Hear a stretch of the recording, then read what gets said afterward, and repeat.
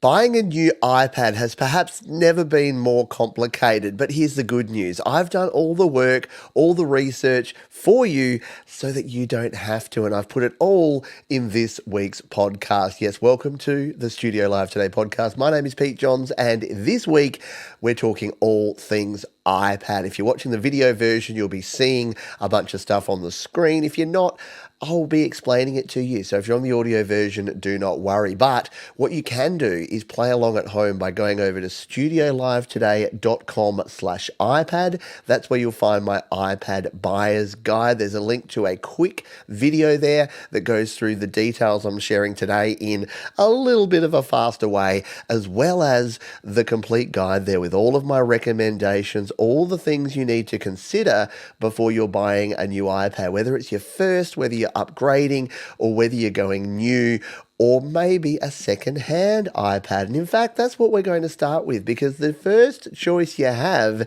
is whether you buy a new iPad or whether maybe you go with a refurbished iPad. So let's talk about that as point one on this week's podcast. Now, I will point you again to my iPad buyer's guide, studiolivetoday.com/iPad. That's where you can get all the information, including some links there. So if you are buying a used iPad or a secondhand iPad, there's absolutely no problem with that.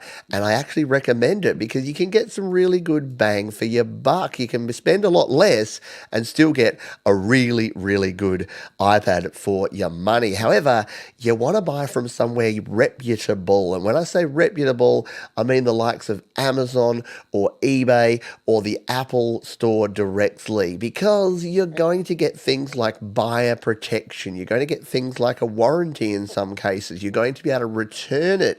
If you buy from Dodgy Brothers Electronics online, or name of electronics place you've never heard of, you're not going to have that level of protection. So there's absolutely nothing wrong. In fact, I recommend it, because here's the thing.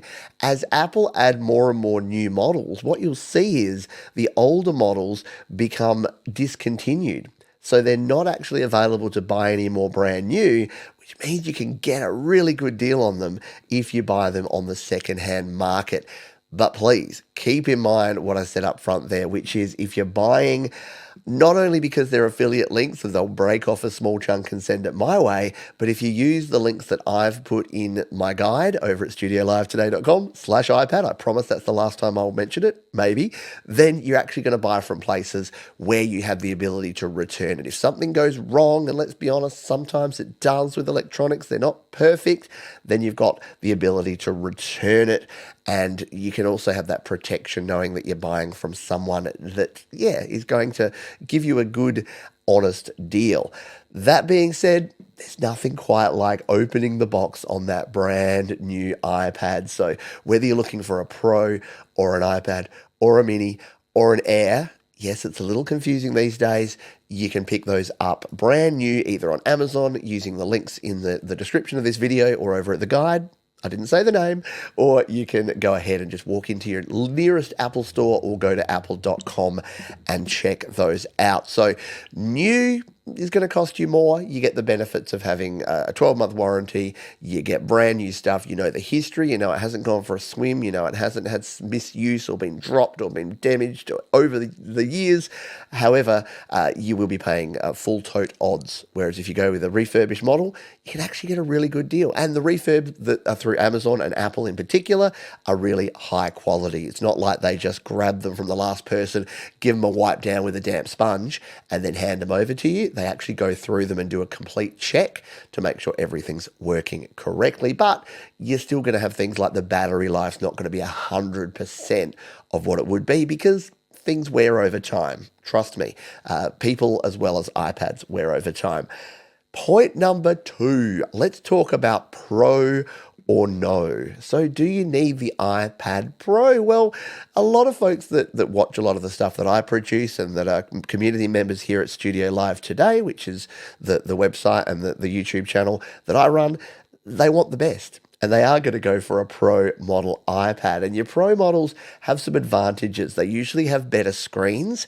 They definitely have better processors and processing power. They've usually got more RAM, random access memory, and often they've got better connectivity. So the main reason that you would want to go for a Pro is for those reasons in particular. If you want lots of storage, if you want lots of power, if you want a really nice screen, and you want the latest and greatest. Also, something that folks need to consider, folks being you, is that the connector that you have on your iPad, on the Pros, you're going to get a Thunderbolt connection. Now, what is Thunderbolt?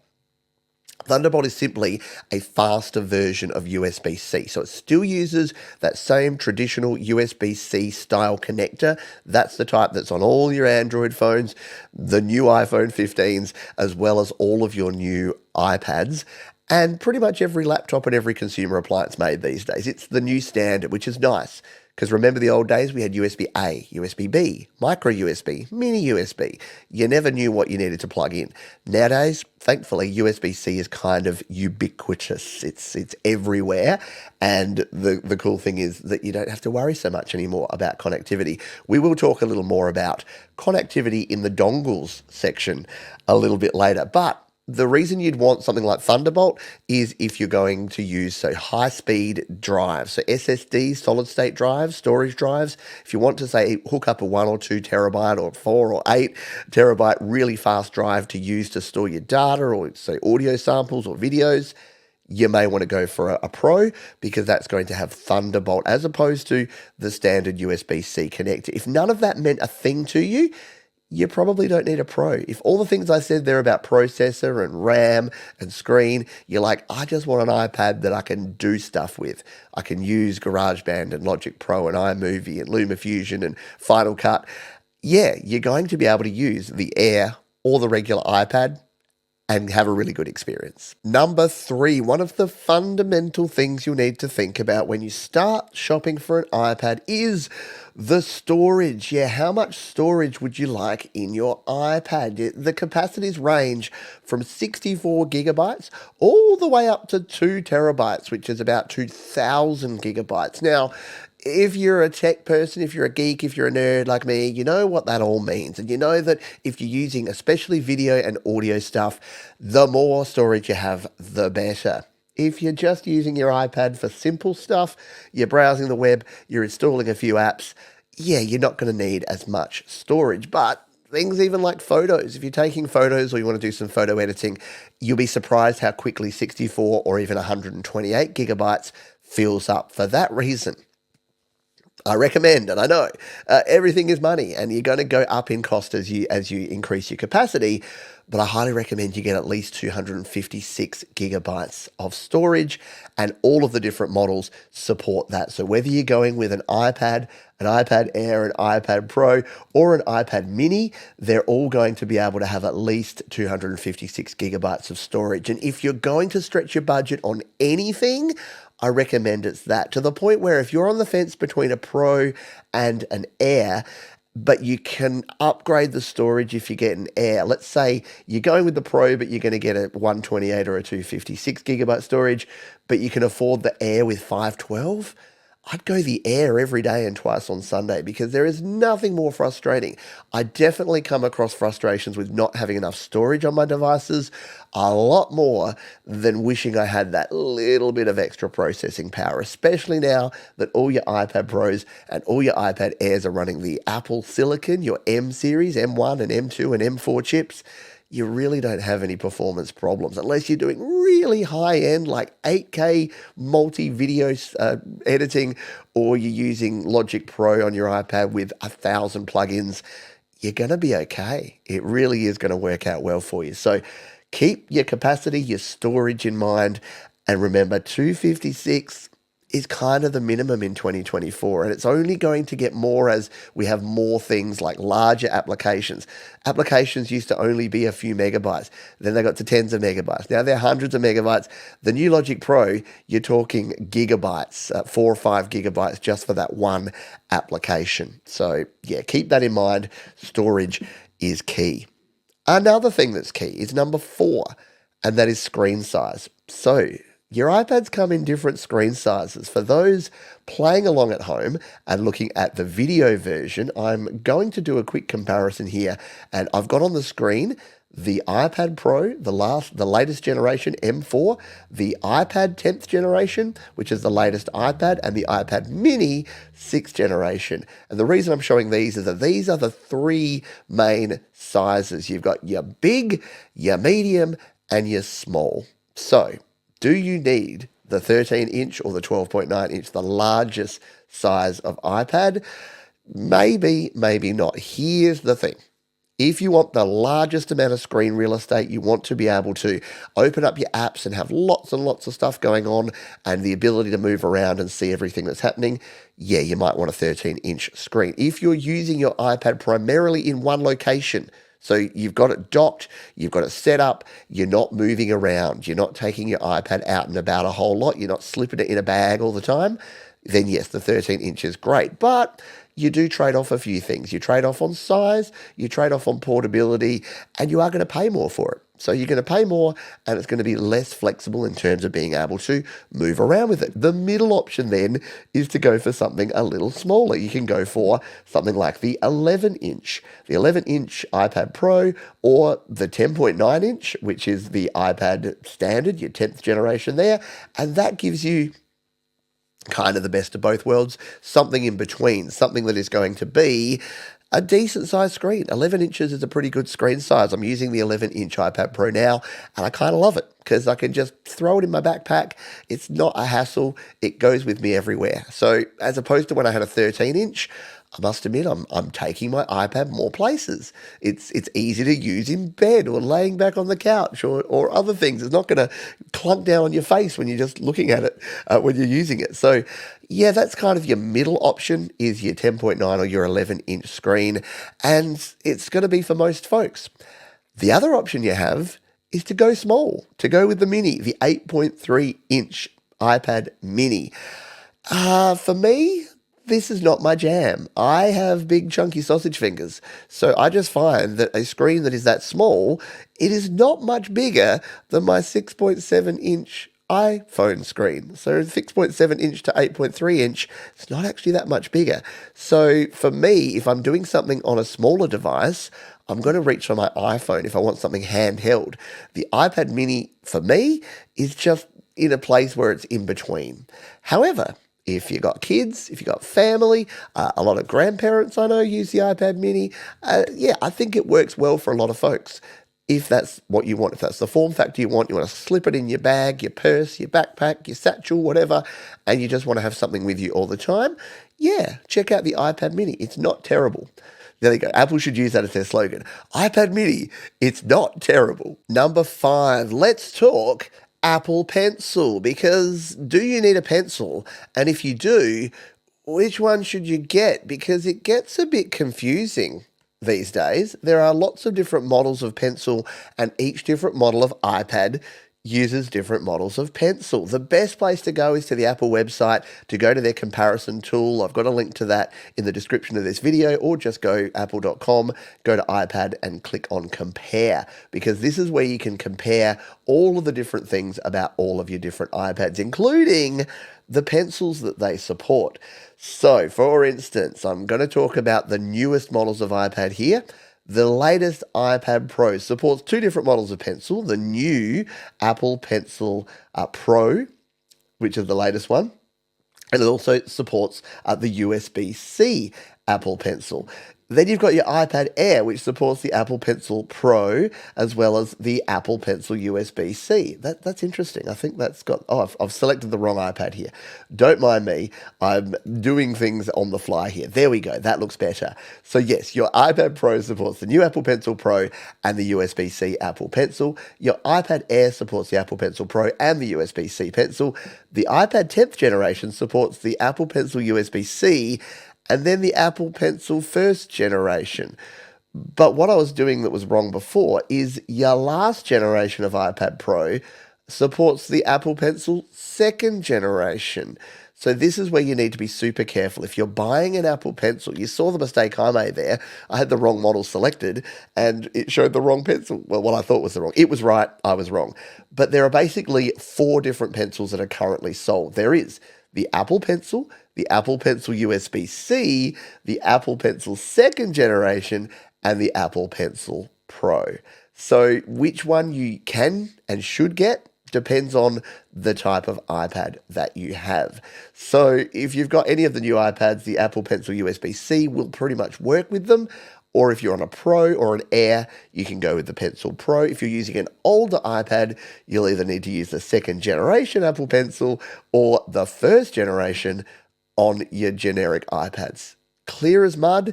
Yeah. Don't forget you can also use things like the Logitech Crayon, which is a similar type of device, as well as other styluses, styli, as well as other devices.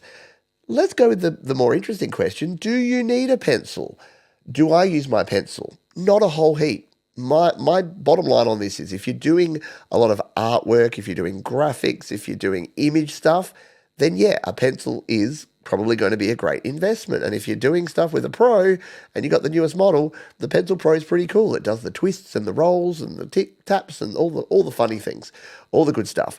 However, if you're doing audio and video, I don't think so. Remember when the iPhone came out and Steve Jobs was like, and it has no stylus, and we hate styluses, and styluses are terrible. Just use your finger. And then, of course, Apple released the pencil because they're like, well, sometimes you do need a stylus. But think about it. And here's the cool thing. When you're buying your iPad, you don't need to lock yourself in. You can buy this stuff later. So if you're on the fence, these don't fluctuate up and down in price very much. So you don't need to buy everything. Don't get the whole kit and caboodle when you first buy your iPad. Stop and think about it. And if down the track you think, yeah, actually, it would be kind of cool to have a pencil, well, then you can come back to the Gear Guide, studiolivetoday.com/gear or studiolivetoday.com/iPad, and you can check out the links I have there. I'm sorry, I said I wouldn't say it again, but I guess I lied. Before we move on to number 6, I just wanted to say I hope you're getting some value out of this one. If you're watching the video version, why not hit the thumbs up button? YouTube tell me I should tell you to do it. And of course, subscribe to the channel to get more. If you're listening to the audio version, you can leave a rating or a review on your podcatcher of choice, or come on over to the YouTube channel and watch the video because we have fun over here. I promise it's a good time. Let's move to number 6, which is keyboards. So you have a lot of option when it comes to keyboards with an iPad or an iPad Pro or an iPad Air. And we're back on the comparison site if you're watching the video version. And we're looking at things like the Magic Keyboard. Yeah, there's a bunch of different keyboards. And again, the best way to know which one to buy for your particular iPad is to go to this compare site. And you can see here that with the Pro, you need that Magic Keyboard for iPad Pro M4. There's a specific one that is the new one that has the row of function keys, and it has some other additional functions that will support your newer iPad. The older Magic Keyboard will work with your older iPad Pros or iPad Airs, and then you've got your 10th generation, which has the Magic Keyboard Folio. Now, if you want to find out what these are all about, you can go to the iPad section and then go to accessories over on the apple.com website. And you can see all the different cases, keyboards, and all the other things you got. Now, make sure you're sitting down before you do this because you're going to quickly see that things like your Magic Keyboard for iPad Pro starts at $349. So these are not cheap. But I got some tips for you. Don't worry, don't stress out, but we'll finish covering this. So there's a bunch of different things you can get. The Magic Keyboard, the Folio keyboard for your different sized iPads. It's a great thing. Like, why would you need this? You might be saying, Pete, you're telling me to go out and buy a tablet, and then you're saying immediately grab said tablet and dock it to a keyboard. Why on earth would I do that? Why wouldn't I just use it as a tablet? Well, there's a couple of reasons. The main one is if you're doing anything that involves a lot of typing. So if you're taking your iPad on the go and you're sitting down at the cafe, you don't want to be tapping away at the touch screen. Having a physical keyboard is actually a really good thing. It can be much more productive. With the new keyboards, with the function keys, that's super handy. You can turn your volume and your brightness up and down. You can do a bunch of cool things like that. So if you are finding that you will be typing and writing emails or writing notes or writing your novel, then you may want to do that. Songwriting is great for that sort of thing too. Maybe you'll go the pencil though if you like handwriting notes. But if you don't, then don't. If you're using your iPad primarily for entertainment, for games, for maybe checking the occasional email and tapping out a quick response, but you're using it for music or for video editing, you might not need the keyboard at all. You might just want to get yourself a good solid case and move on. Here's a tip though. If you don't want to go down the Apple route, and look, I like the Apple keyboards. I think they work well. They're designed exactly right. They fit on there. They usually include cases. You're kind of covered. But there's other options. And in fact, if you go to my gear guide, studiolivetoday.com/gear, I have recommendations for all the different stuff I use here in the home studio, including keyboards. Yeah, there's a couple of keyboards I recommend. There's the Logitech K480, or you can get like a mouse and keyboard wireless combo, and I recommend the Logitech MK345. And again, they're all linked over at studiolivetoday.com/gear. Let's have a quick look at this one at the Logitech K480. It's great. You can usually pick it up for well under $50. At the time of recording this, it's on sale for $35, which is an amazing deal. And it's a cool little wireless keyboard. It controls up to 3 different devices. You can switch between those, so you can have it set up to use with your PC or your Mac or your iPad or your iPhone. 3 devices, little switch to switch between them. You've got controls there for all the different things. It's compatible with PC or with Mac and iOS stuff. All the keys are there, and it's just a little compact Bluetooth keyboard that you can throw in. It's even got a little holder there to put your iPad if it's the right size. Warning, it won't fit your really large iPads, but your smaller ones will slot in the little slot there and it becomes a little folio for you. So you can grab any Bluetooth keyboard. As much as Apple would love for you to use their stuff, and I do recommend their stuff, I know it's not for everyone, it's not super cheap, but you can use any Bluetooth keyboard when it comes to your iPads. And the same with your iPhones, believe it or not. You can use a keyboard with an iPhone if you want to be a bit weird and wacky like me, as well as your Macs and your PC. So Bluetooth for the win. You don't have to spend a fortune to get the right gear for your iPad. Along those same lines, let's talk about mouses, mices. Yeah, you can use a mouse with your iPad. It used to be very clunky. I've been using a mouse with my iPad for many years, and I've got a heap of videos here showing you how to do it on the channel. So if you'd like to learn about that, just search Pete John's mouse. I know it's weird, and you'll find my mouse guides for iOS. But why would you want to use a mouse? Well, if you're doing things like video editing and audio, having a mouse as well as a keyboard can sometimes really help you out. Instead of reaching up and getting that sore shoulder because you're tapping your screen, just having a mouse and a keyboard, we're kind of used to it. Even though it's not super ergonomic all the time, we're kind of used to having a mouse and keyboard. And once again, if you go over to my gear guide, I've got mouse recommendations. So yeah, you can check out the mouse that I use and recommend, which is this one, the Logitech M590. It is a great little mouse. Does a really good job. It even comes in red. It's got a heap of buttons on there. It's really compatible with a whole bunch of other things. You can pick it up. At the moment, it's saying it's unavailable, but pretty much any. I use Logitech mice. You can use Microsoft. The irony of using a Microsoft mouse with an iPad is kind of fun.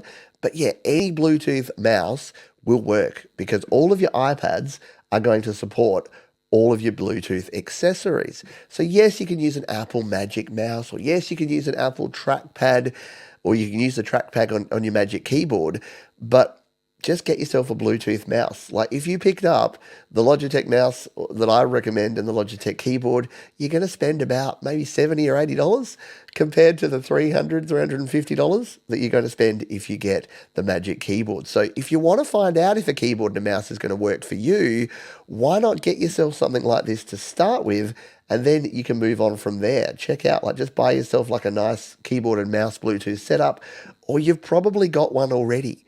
Borrow one from your computer and just sync it up with your iPad and see if you like using it, because it won't be for everyone, but I love it. I love using a mouse and keyboard with my iPads, and I've been doing it for years, even when it was just an accessibility feature. And that's how it started. It used to be just for accessibility, but now a lot of people are using mouse and keyboard with their iPads. So if you want to do that, jump over there, jump to the gear guide, grab yourself a mouse and a keyboard, and start using it. And you'll have a lot of fun with your iPad. Should we move to dongles? Number 8, let's talk dongle life. So again, I'm going to go over to my gear guide here at studiolivetoday.com/gear. Now, there used to be, if we look at my mobile setup over on the gear guide, which you can look at yourself as well, there used to be a thing you needed to get, which was the Apple Lightning to USB 3 adapter. If you wanted to connect any USB device, you needed an Apple Lightning to USB 3 adapter. And if you're using a Lightning-based iPad, if you haven't quite upgraded to one of the USB-C iPads, you will still need that. So, and look, there are good iPads that use Lightning still. You've got the iPad 9th generation, which still works really well. That uses a Lightning connector. Some of your old iPad Pros as well use the Lightning connector. But these days, it's mostly USB-C. And this is a good thing because the benefit is you don't need to use that genuine Apple product. You can. Apple will happily sell you that. If you go to your accessories, I'll see if I can find this on the fly. It's a little bit harder to find this stuff. You'd have to search for it. They do sell for a lot more than you'd pay for something like I would recommend. You can buy for like $50 or $60 the genuine Apple. In fact, I have one plugged in right here. Here's one I prepared earlier. I just have to unplug my gear.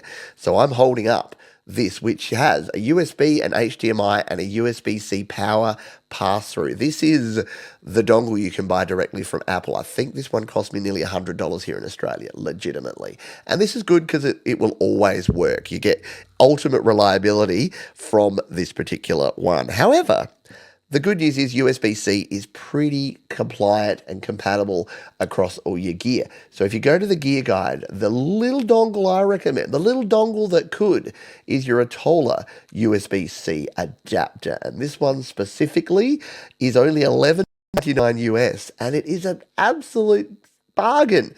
It's a little aluminium, so it's nice, high quality, $11.99. It has 3 USB 3 ports, so high-speed USB ports, a USB-C power pass-through, and then a USB-C connector. Now, you can get all sorts of hubs and dongles and things to connect up to your iPads. You can have 11 in one and 20 in one. They won't all support everything. So your iPad, for instance, is only going to export one HDMI signal. So if you get one of those hubs that has like 2 or 3 4K HDMI exports and you're like, I'm going to hook my iPad up to 3 screens. Yeah, you're not. So simpler is better. But for me, I use this and I can connect up a bunch of gear. I can have the power pass through there to power everything up. I can connect up an audio interface. I can plug in a USB flash drive. I can plug in a MIDI keyboard, a USB microphone if I want to. So the drawback of an iPad is that it doesn't have a whole lot of ports. It's always just got that one port. It's just got the USB-C or the Thunderbolt port on the Pro. But the good thing is you can grab that one port and with a simple addition of an adapter or a dongle or a hub, it's called a lot of different things. And once again, if you want to learn about how to use all of this, heaps of videos at Studio Live Today. Go to your YouTube and search Pete Johns USB or Pete Johns USB hub, Pete Johns USB adapter. You're going to find what you need to get the job done with your dongles. Because let's be honest, if you're getting a new iPad or an old iPad or any iPad, you're going to be living the dongle life because there's really no way around it. You got one port on that sucker, so something has to plug in there if you want to plug in more than one device or, charge your iPad at the same time. A couple of final things here. We are on the homeward stretch, but let's talk number 9, and that is a screen protector. Now, I used to put a screen protector on every device I owned, probably because I have children. And whenever my children would go near my devices, they would inevitably get dropped on the ground. An iPad, though, I don't use a screen protector anymore and haven't for at least 5 years now. The screen protectors are big. They do inhibit your ability to see clearly and to be able to use the touch screen. Some people will disagree with me and they swear by screen protectors. It is absolutely a personal choice. Buy one, stick it on there, see if you like it, if you want to be protected, and then move on. The thing I would say, though, is if you're using, say, a Magic Keyboard or you're using a folio case, that's kind of your screen protector. And if you are careful with your iPad, if you don't throw it around the place, if you don't let your children near it, then you are going to be a lot better off. So I just recommend getting yourself a high quality case. Like, rather than worry about screen protectors, get yourself a good quality case that's going to protect it. If you think you're going to be throwing it around or giving it to children, get one of those cool old school cases with the bumpers on the side. They do a good job, that have like the thick rubber bumpers, so you can use that. But I don't personally use or recommend a screen protector, which is the opposite of what I say about phones, because I use screen protectors on phones all the time. Because they're smaller, that you're picking them up and putting them down a lot more, it's easier for something like that to slip out of your hand. But for me, I would just get yourself a good case and forget about the hassle. Not to mention, have you ever put a screen protector on a phone? Yeah, now multiply that by 2 or 3 times the size. You can imagine how hard it is to use these things. So screen protectors, probably not required when it comes to your iPads. The final thing before we finish up and summarize everything is to talk about protecting yourself. Now, Apple have a thing called Apple Care. Whether you should go for Apple Care or not depends more on you and how much you're moving. So, for instance, I would say if you've got a 13-inch iPad Pro that you use in your home office, your studio, that stays at home, very rarely goes out, it's got virtually zero chance of you dropping it in the toilet or on the concrete or whatever, I don't think you really need the Apple Care. However, if you get a smaller portable iPad that goes with you everywhere, that you might drop, that might have a swim, yeah, Apple Care is a good idea because it will cover you for things like accidental damage. And check out Apple Care by going over to Apple and finding out all about it, because it varies based on the product and slightly different in different countries as well. But it is a good idea to add that Apple Care if you're buying a brand new iPad. For instance, I added it for my children when I bought their iPads because they don't keep as good care of their stuff as I do. For me and my gear, I don't have Apple Care on any of it except my watch. I added it to my watch because this thing goes with me everywhere I go, and I just need to walk through a door wrong and smash the front of it. Yeah, and I don't want to have to be up for the hundreds of dollars that that's going to cost. So Apple Care on things, if you think damage could come to them. If you're pretty comfortable that that's not going to be the case, you don't need to go with Apple Care. But it goes back to the whole new or used thing. Do make sure, like, Apple will obviously give you a 12-month warranty, depending where you are in the world. There's other warranties around fit for purpose and reasonable expectation of the lifetime. So even if you're outside of your year, please contact Apple. I can't tell you the number of products I've had. I don't know if Apple will want me telling you this, that have been out of warranty. I've taken them in. I've said, hey, I know this is out of warranty, but here's the deal. Here's what's happened. Sometimes it's that I've dropped it. Sometimes it's that the battery's just not running well. And they're like, yeah, we can see this. And they make a big song and dance about it, but they'll say, okay, as a once off, we're going to give you a refurbished model to replace it. And that's happened several times. So you don't know if you don't ask. No promises, no guarantees. Don't come back to me and say, Johns, I went to Apple and they told me to take a long walk off a short pier. Well, yeah, that happens sometimes. That's happened to me sometimes too. My poor iPhone 6S Plus, yeah, that is still cracked and broken and damaged and will probably never be repaired because out of warranty and too expensive to do anything with. I did love that phone though. Those old 6S Pluses, oh man, they were good.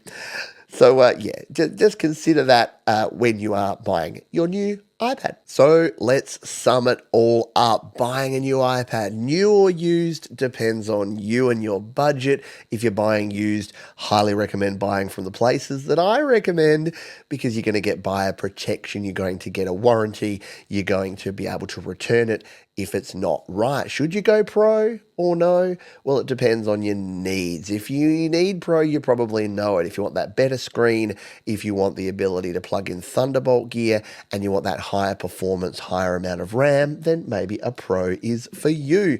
Your storage size, well, again, that depends on your usage, but 256 is kind of the minimum for me in 2024. What about your screen size? Do you go big or medium or small? Depends on how much you want the portability and how much screen space you want. If you're using it primarily in your home, go 13-inch. If you want it to be super portable, go the mini. If you want a bit of both, go somewhere in between. Pencils, keyboards, mouses, oh my. Do you need all this stuff? Maybe. But don't spend a fortune on it immediately. You can always come back to your accessories at a later date. In fact, if you already own an iPad, check out the gear guide, grab some accessories. Dongles, you are going to be living the dongle life. Don't spend a fortune. You can get a very cheap and effective USB-C dongle. The important part there is it's got power pass through so that you can power up your device while plugging in other devices. Screen protector, probably not. I don't use one. Your mileage may vary. And Apple Care, if you're buying a new one, yeah, if you're going to be taking it out and about, if you're giving it to children, yeah, I highly recommend Apple Care. Otherwise, if you're going to be careful, you probably don't need it. So there it is. Don't forget you can go over to the iPad Buyer's Guide. I've got new updated iPads, all my recommendations, whether you're looking for something that's a high performance model, an everyday model, or something for those on more of a budget.